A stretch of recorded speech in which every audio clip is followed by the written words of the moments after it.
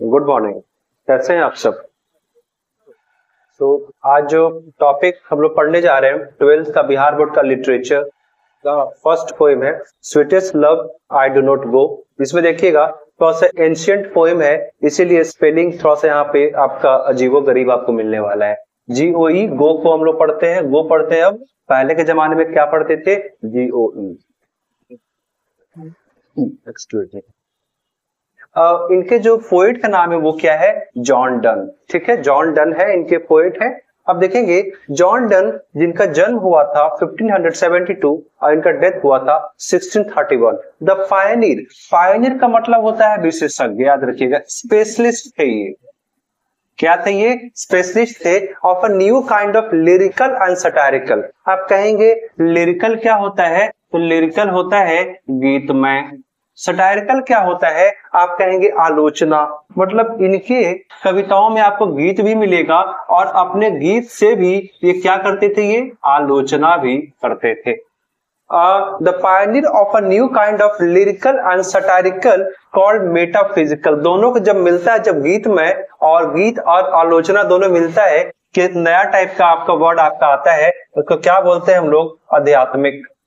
मतलब इनका पोएम का स्टाइल, इनका पोएट्री का स्टाइल क्या था? आध्यात्मिक था। ठीक है, मतलब लिरिकल और सटायरिकल को जब आप मिक्स करते हैं, मिलाते हैं, तो एक नया टाइप का कविता बनता है, वो होता है आपका metaphysical. Both born in London, इनका जन्म कहाँ हुआ था? लंदन में। इनटू अ प्रॉस्पेरस, प्रॉस्पेरस का मतलब होता है संपन्न घर में, सुखी घर में। संपन्न रोमन कैथोलिक फैमिली। इनका फैमिली काफी मतलब पैसे वाले थे, संपन्न थे, सुखी थे। Roman Catholic family of traders, क्या थे वो? व्यवसाय। इनकी फैमिली का क्या था? बिजनेसमैन थे। At a time when England was staunchly anti Catholic. उस समय की बात है ये, जब इंग्लैंड में क्या थे? सब लोग, स्टॉन्चली का मतलब होता है कट्टरता, मतलब जब पूरी तरह से एंटी कैथोलिक थे। पहले आप एक चीज जानते होंगे कि क्रिश्चियन में कैथोलिक और एंटी कैथोलिक होते हैं। कैथोलिक होते हैं जो क्या कहते हैं? जीसस क्राइस्ट को मानने वाले होते हैं। एंटी कैथोलिक होते हैं वो जीसस क्राइस्ट को नहीं मानते हैं। तो यही आपका क्रिश्चियन में है, कैथोलिक वर्सेस एंटी कैथोलिक। तो वो क्या थे? कैथोलिक फैमिली से थे। लेकिन उस समय इंग्लैंड पे किसका राज था? तो उस समय इंग्लैंड में सबसे ज्यादा एंटी कैथोलिक आपका चलता था। ठीक है, आगे चलेंगे। Donne was forced to leave Oxford University without a degree because of his religion. उन्हें उनके धर्म के कारण, क्योंकि वो कैथोलिक थे, वो ऑक्सफोर्ड यूनिवर्सिटी उनको छोड़ना पड़ा बिना डिग्री के, मतलब पढ़ने के। वहां से उनको क्या किया गया? वहां से उनको हटा दिया गया क्योंकि वो कैथोलिक थे। He studied law, क्या की पढ़ाई की उन्होंने? वकालत का पढ़ाई की। He studied law and read theology. Theology आपका होता है धर्मशास्त्र, मतलब उन्होंने वकालत की पढ़ाई की और धर्मशास्त्र, धर्म शिक्षा का भी ज्ञान लिया। He also participated in 2 naval expedition. समुद्री यात्रा होता है, समुद्री यात्रा मतलब उन्होंने 2 समुद्री यात्रा में भाग लिया। एंड बिकेम सेक्रेटरी, सचिव बन गए। कहां बन गए? सचिव। Became secretary to a powerful noble, मतलब एक बहुत ही शक्तिशाली इंसान के यहाँ क्या किए? वो सचिव बन गए, वहां के मैनेजर बन गए, वहां के सेक्रेटरी बन गए। अ जॉब ही लॉस्ट, लेकिन क्या हुआ? उनको जो नौकरी मिली थी, वो सचिव जो बने थे, a job he lost when he was briefly sent to prison for secretly marrying his patron's niece sorry, यहाँ पे क्या होता है? इसको नीस पढ़ते हैं, भतीजी। मतलब क्या हुआ था? जिस मालिक के यहाँ गए थे, उन्हीं के वो क्या किए? चोरी चुपके से उनकी भतीजी से वो शादी कर लिए थे। इसी चक्कर में उनको जेल जाना पड़ा था। ठीक है, इन 1615 ईस्वी में at the age of 42 Donne accepted ordination in the Anglican church. 1615 ईस्वी में 42 साल की उम्र में डॉन ने क्या किया था? क्या एक्सेप्ट किया था? ऑर्डिनेशन। ऑर्डिनेशन होता है दीक्षा। ऑर्डिनेशन उनको मतलब उन्होंने एक्सेप्ट कर लिया था, स्वीकार कर लिया था। कहां पे? इन the Anglican church. And soon became one of the greatest preacher of his time. और बहुत जल्दी अपने समय के सबसे बड़े उपदेशक, उपदेशक होते हैं ना, उपदेशक या कह लीजिए प्रचारक, अपने समय के वो सबसे बड़े उपदेशक या सबसे बड़े प्रचारक कह लीजिए, अपने टाइम के वो बने थे। कौन? जॉन डन, जो आपके पोएट हैं। इन लव लिरिसिज्म, उनको क्या अच्छा लगता था गीत में, वो हमेशा कहते थे कि कविता का मतलब होता है गीत होना चाहिए, आपका राइमिंग होना चाहिए, एक लय में होना चाहिए। तो क्या था, in love lyricism don't completely broke completely with the Petrarchan tradition. पहले का जो स्टाइल था, पेट्रार्चन कहां से आया है, पेट्रार्चन वहां के एक क्या थे, एक पोएट थे जिनका स्टाइल जो बहुत फेमस थे रोम के टाइम के, इसीलिए वहां पे आ रहा था कि पहले का टाइप किस तरह का था, पेट्रार्चन, जो कि लिरिकल नहीं था, मतलब गीतमय नहीं था, एक स्टोरी को टाइप में बनाया जाता था और लिरिकल बिल्कुल नहीं होता था, ठीक है, ना ही कुछ उसमें इंटेलेक्चुअल बातें होती थी। तो क्या किया उन्होंने उस चीज को बिल्कुल जो पहले से परंपरा चली आ रही थी उसको उन्होंने तोड़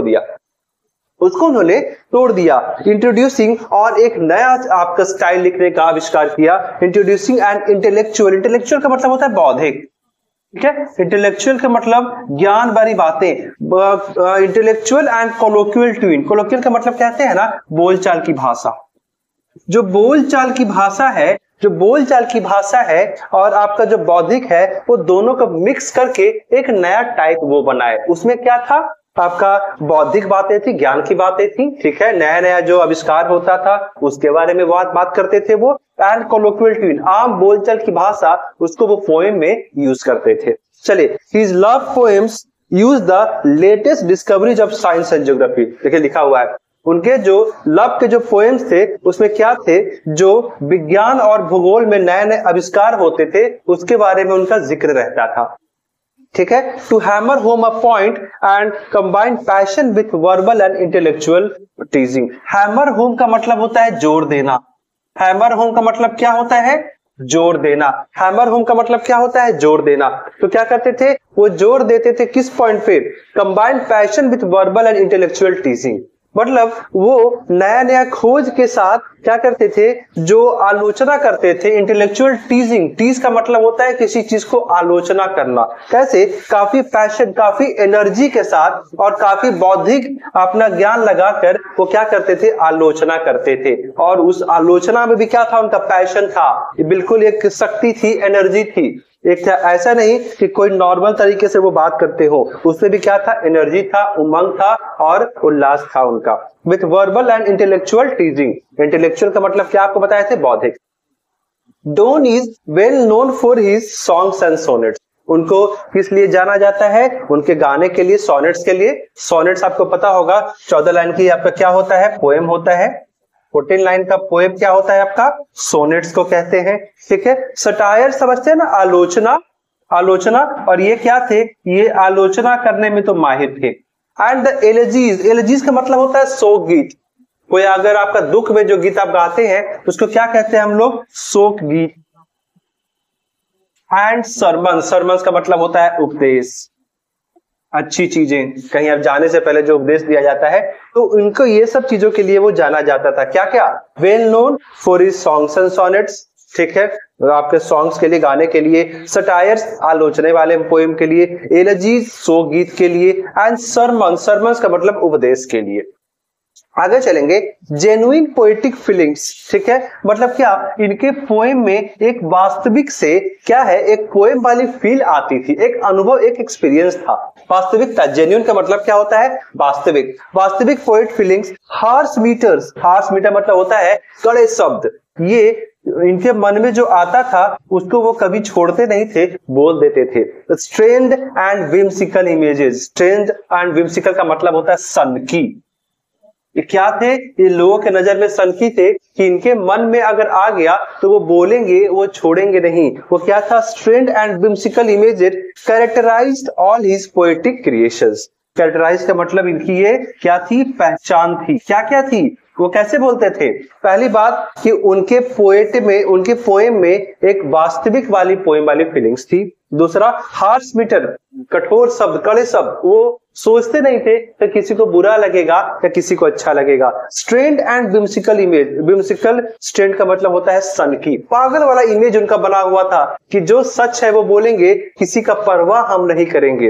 ये characterize all his poetic creations, ये सारी जो चीजें थी ये इनके पोएम में आपको मिलता था। ये तो हुआ अबाउट द पोएट। अब हम लोग बात करेंगे इनके पोएम के बारे में। चलिए हम लोग थोड़ा सा आगे बढ़ते हैं, एक बार देख लीजिए इसे।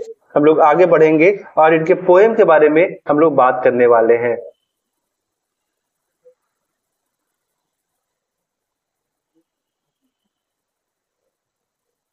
इनके पोएम के बारे में अब हम लोग बात करने वाले हैं। बहुत अच्छा पोएम है, लव पोएम है जॉन डन का, इसे हम लोग पढ़ने वाले हैं। जहां प्रॉब्लम हो आप बताइएगा। बहुत अच्छा सा, लेकिन ये पोएम आपका एंशिएंट पोएम है, ध्यान दीजिएगा। यहाँ पे वर्ड्स बहुत अजीब तरीके से आपको मिलने वाले हैं, बहुत अजीब तरीके से वर्ड आपको मिलेंगे, तो थोड़ा सा आपको सोचने पे मजबूर करेगा, लेकिन अच्छा पोएम है, पोएम बहुत अच्छा है। चलिए देखते हैं कैसा पोएम है। सबसे पहले आते हैं, sweetest love I do not go. बोल रहा प्रेमिका मैं इसलिए नहीं जाता हूं, I do not go for weariness of thee. इसका मतलब होता है ऊबना। ये कह रहा है कि प्रेमिका लव जो आपके होते हैं, स्वीटेस्ट लव मेरा प्यार, मैं इसलिए नहीं जाता हूं फॉर वियरीनेस ऑफ दी। दी का मतलब यहाँ पे यू होगा कि ये बात नहीं है कि मैं जा रहा हूं तो तुमसे ऊब कर जा रहा हूं। वियरीनेस का मतलब क्या होगा, ऊबना, कि मैं तुमसे ऊब कर नहीं जा रहा हूं। तुम ये मत सोचना कि मैं तुमसे ऊब कर जा रहा हूं, ध्यान से देखिएगा इस चीज को। Nor in the hope the world can show a fitter love for me. और इस उम्मीद में, होप का मतलब क्या होता है, उम्मीद, आशा, और इस आशा में भी मैं नहीं जा रहा हूं कि ये दुनिया तुमसे अच्छा प्यार मुझे देगी। ये क्या है, इस आशा में भी मैं इस आशा में भी नहीं जा रहा हूं कि दुनिया में कहीं भी तुमसे ज्यादा मुझे प्यार करने वाला कोई मिलेगा या मिलेगी। Nor in the hope the world can show a fitter love. Fitter love बेहतर, कि कोई ज्यादा तुमसे ज्यादा प्यार करने वाला कोई मुझे मिलेगा, इस चक्कर में, इस उम्मीद में मैं नहीं जा रहा हूं। But since that I must die at last. टीस देखिएगा, टीस यहाँ पे इट्स होगा, ठीक है, आपका एंशिएंट पोएम है, थोड़ा सा प्रॉब्लम हो सकता है, ध्यान दीजिएगा। बट सिंस दैट, चूंकि I must die at last, कि हर किसी को, सबको एक न एक दिन मरना है, ठीक है, इसलिए it best to use myself in jest. तो क्या बोल रहा है कि सबको एक न एक दिन मरना है, तो ऐसा करते हैं कि मैं एक बार अपने आप को मजाक में, ठीक है, मजाक, जेस्ट क्या है आपका, मजाक, कि मैं मजाक में क्या करूंगा, 10 by feigned deaths to die. मजाक में मैं मरना चाहता हूं, मुझे मजाक में मैं एक दिन मरने का एक्सपीरियंस मैं लूंगा कि उस दिन कैसा फील होगा जब हम लोग अलग होंगे। इसीलिए क्या करना चाहता है वो, एक झूठा मरने का नाटक करना चाहता है। तो यूज माई सेल्फ इन जेस्ट, मजाक में 10 by feigned deaths to die. मजाक में झूठा मौत का नाटक वो करना चाहता है, झूठा मौत वो मरना चाहता है, झूठा मौत का नाटक वो करना चाहता है, ठीक है। 10 by feigned deaths to die, कि मैं एक बार झूठा मौत मर के मैं देखना चाहता हूं। चलिए यहाँ पे देखेंगे नेक्स्ट क्या है।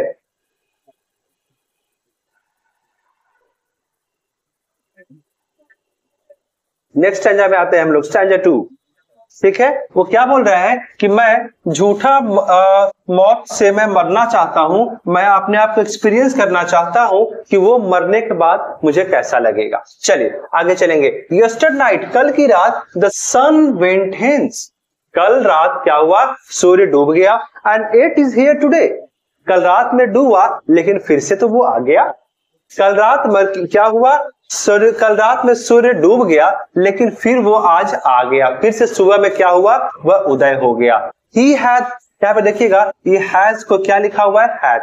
ही had no desire no sense. Desire का मतलब इच्छा, कि उसके पास ना ही कोई इच्छा है और ना ही उसके पास बुद्धि है, ना ही बुद्धि है और ना ही उसके पास इच्छा है। Nor half so short away, ठीक है, ना ही उसका रास्ता कोई शॉर्ट है, वो अपना रास्ता पूरा कवर करता है, मतलब उसके पास ना ही इच्छा है और ना ही बुद्धि है। और nor half so short away, और ना ही उसका रास्ता कोई शॉर्ट है। देन फियर नॉट मी, तो बोला तब तुम मेरे बारे में सोचकर डरो मत, क्योंकि मेरे पास इच्छा भी है, बुद्धि भी है, और मैं चाहूं तो अपना रास्ता शॉर्ट भी कर सकता हूं। मैं सूर्य की तरह नहीं हूं कि मेरे पास ना इच्छा है, ना बुद्धि है, और ना ही मैं अपना रास्ता अपना शॉर्ट कर सकता हूं, ठीक है। But believe that I shall make speedier journeys since I take more wings and spurs than he.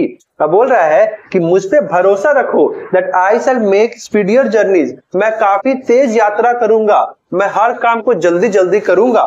Since I take more wings and spurs, मतलब मेरे पास ज्यादा शक्ति है, मेरे पास ज्यादा शक्ति है। More wings and spurs than he, कि मेरे पास ज्यादा शक्ति है, मेरे पास उमंग है, मेरे पास इच्छा है, मेरे पास बुद्धि है, इसीलिए मैं जल्दी जल्दी यात्रा करूंगा। Speedier journeys since I take more wings and spurs than he. चलिए नेक्स्ट स्टैंजा में देखते हैं, नेक्स्ट स्टैंजा में क्या कहना चाहता है। थर्ड स्टैंजा में हम लोग यहाँ पे आ जाते हैं। थर्ड स्टैंजा देखते हैं, थर्ड स्टैंजा में क्या है। Oh, how feeble is man's power? Feeble का मतलब होता है कमजोर। कह रहा है कि देखिए इंसान कितना कमजोर है, इंसान की शक्तियां कितनी कमजोर है। वो how feeble is man's power, कि इंसान की शक्तियां कितनी कमजोर है। That if good fortune, Fortune का मतलब क्या होता है, किस्मत, कि अगर उसके अच्छे दिन आ जाए, इफ गुड फॉर्चून फॉल, उसके अच्छे दिन आ जाए, cannot add another hour. ठीक है, ये क्या है कि अगर उसकी किस्मत अगर अच्छी आ जाए, उसके दिन अगर अच्छे आ जाए, तो उस दिन में कुछ और घंटे वो जोड़ नहीं सकता है। ठीक है, that if good Fortune fall, कि अगर उसके अच्छे दिन आ जाए, उसकी किस्मत अगर कुछ दिन के लिए मेहरबान हो जाए, तो उसमें वो कुछ घंटे और जोड़ नहीं सकता। जितना आपका किस्मत में लिखा होगा उतना ही आपको अच्छे टाइम मिलेगा। आपको जैसे ही जितना लिखा होगा उतना ही आपको मिलेगा। आप उसमें कुछ ना ही जोड़ सकते हैं और ना ही घटा सकते हैं। Cannot add another hour, nor a lost hour recall. Recall का मतलब वापस, कि ना ही जो आपका समय बीता है उसको आप वापस ला सकते। मतलब कह रहा है कि इंसान कितना कमजोर है, इंसान कितना कमजोर है कि वो अगर अच्छा दिन आए तो उसमें उसको दिन कुछ और घंटे वो जोड़ नहीं सकता, और ना ही जो समय बीत गया उसको वो वापस ला नहीं सकता। बट कम बैड चांस, लेकिन अगर खराब समय आ गया, अगर मुश्किल वाला समय आ गया, and we join it to our strength, तो क्या करते हैं हम लोग अपने ताकत से लड़ते हैं। And we teach it art and length. Teach it art and length का मतलब होता है सबक सिखाते हैं।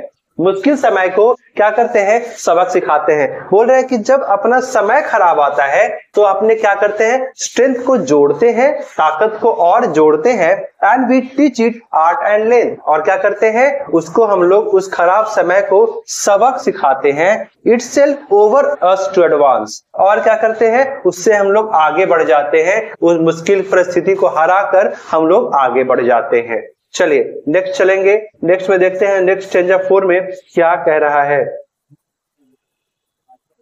चलिए स्टैंजा 4 है, स्टैंजा 4 में एक बार देख लेते हैं। स्टैंजा 4 क्या कहना चाह रहा है। When thou sighs not wind, ये साइज आपका होता है सिसकी। ध्यान दीजिएगा क्या है, When thou sighs, जब तुम सिसकी लेती हो, दाव जो तुम्हारे सिसकी है वो कोई नॉर्मल विंड नहीं है। आप देखते होंगे जब आप सिसकी लेते होंगे तो आपके नाक से हवा निकलता होगा। ठीक है, तो बोल रहा है व्हेन दाव साइज, दाव का मतलब तुम, कि जब तुम सिसकी लेती हो तो वो जो सिसकी है वो कोई हवा नहीं है, but sighs is my soul away.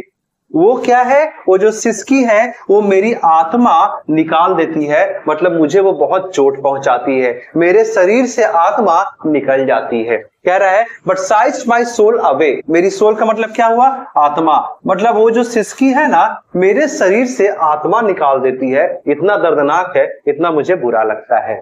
ठीक है, व्हेन thou weep, फिर से आपका है यू, जब तुम रोती हो, अनकाइंडली काइंड मतलब बिल्कुल बेरहम बनके, जब तुम फूट फूट कर रोती हो।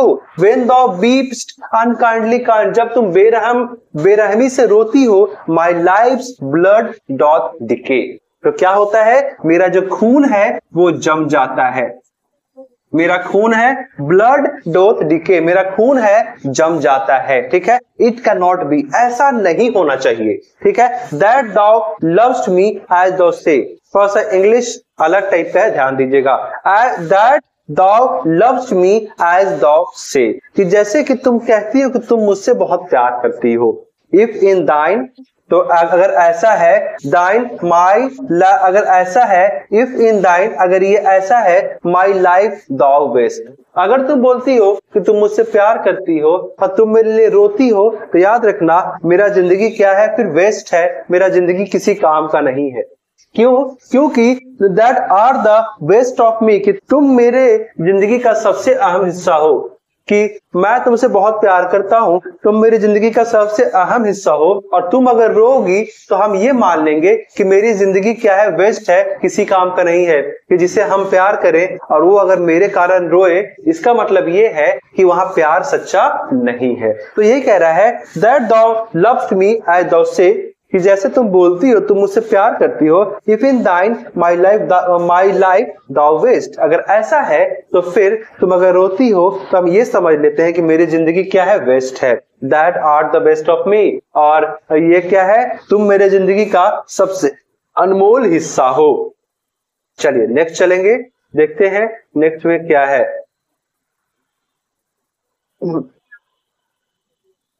नेक्स्ट पार्ट,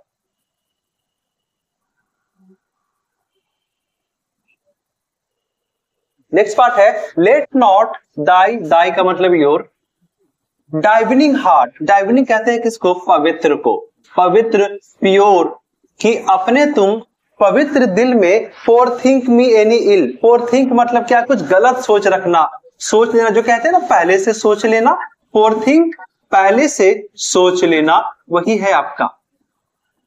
क्या बोल रहा है, let not thy divining heart forethink me any ill, कि अपने पवित्र दिल में मेरे बारे में कुछ गलत मत सोचो, गलत विचार नहीं आने दो।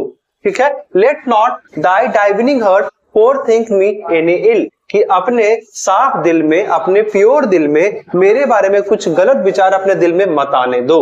डेस्टिनी में टेक दाई पार्ट, डेस्टिनी का मतलब क्या होता है, किस्मत, कि किस्मत अपना खेल खेल सकती है। ऐसा कहते हैं ना कि जब इंसान कुछ बुरा सोचता है तो कभी कभी वही बुरा हो जाता है। क्या होता है, जो आपके जुबान पे बैठा होता है वही बात सही हो जाती है। वही कह रहा है डेस्टिनी मे टेक दाई पार्ट, क्या होगा, डेस्टिनी अपना क्या कर सकते हैं, अपना पार्ट प्ले कर सकती है। एंड मे दाई, दाई का मतलब योर, कि आपका जो फियर्स है, जो डर है, वो क्या हो सकता है, फुलफिल हो सकता है। कहीं आपका डर, वही जो आप बात सोच रहे हैं, कहीं वो सच ना हो जाए। And may thy fears fulfil, और कहीं वही आपका जो डर है वो वही कहीं सच में ना हो जाए। ठीक है, बट थिंक दैट, तो क्या कह रहे हैं, वो सब आलतू फालतू मत सोचिए, बट थिंक ऐसा सोचिए, that we are but turned aside to sleep, कि हम लोग दूर नहीं है, बस एक दोनों क्या है, एक दूसरे से अलग करवट फेरकर दोनों एक दूसरे के अलग साइड होकर सो रहे हैं, एक साथ नहीं, दोनों अलग अलग साइड होकर सो रहे हैं। ठीक है, चलिए थोड़ा सा इसमें और बचा हुआ है, इसको हम लोग खत्म करेंगे। क्या है, aside are but turned aside to sleep, कि क्या कर सकते हैं, हम लोग दोनों अपना करवट अलग अलग दिशा में लेकर सोए हैं, हम लोग अलग नहीं है, दूर नहीं है, बस अलग सोए हुए हैं। They who one another keep alive, क्या है कि जो एक दूसरे से, वो लोग जो एक दूसरे से प्यार करते हैं, सॉरी, वे लोग जो एक दूसरे से प्यार करते हैं, नेवर पार्टेड बी, वे लोग हमेशा साथ रहते हैं, ना ही कभी मरते हैं, और दोनों कभी एक दूसरे से अलग नहीं होते हैं। ठीक है, ये पोएम था आपका, लव पोएम था, इसके बारे में मुझे बताइए, कहीं कुछ प्रॉब्लम है तो आप इसे कमेंट कर बता सकते हैं। Thank you so much.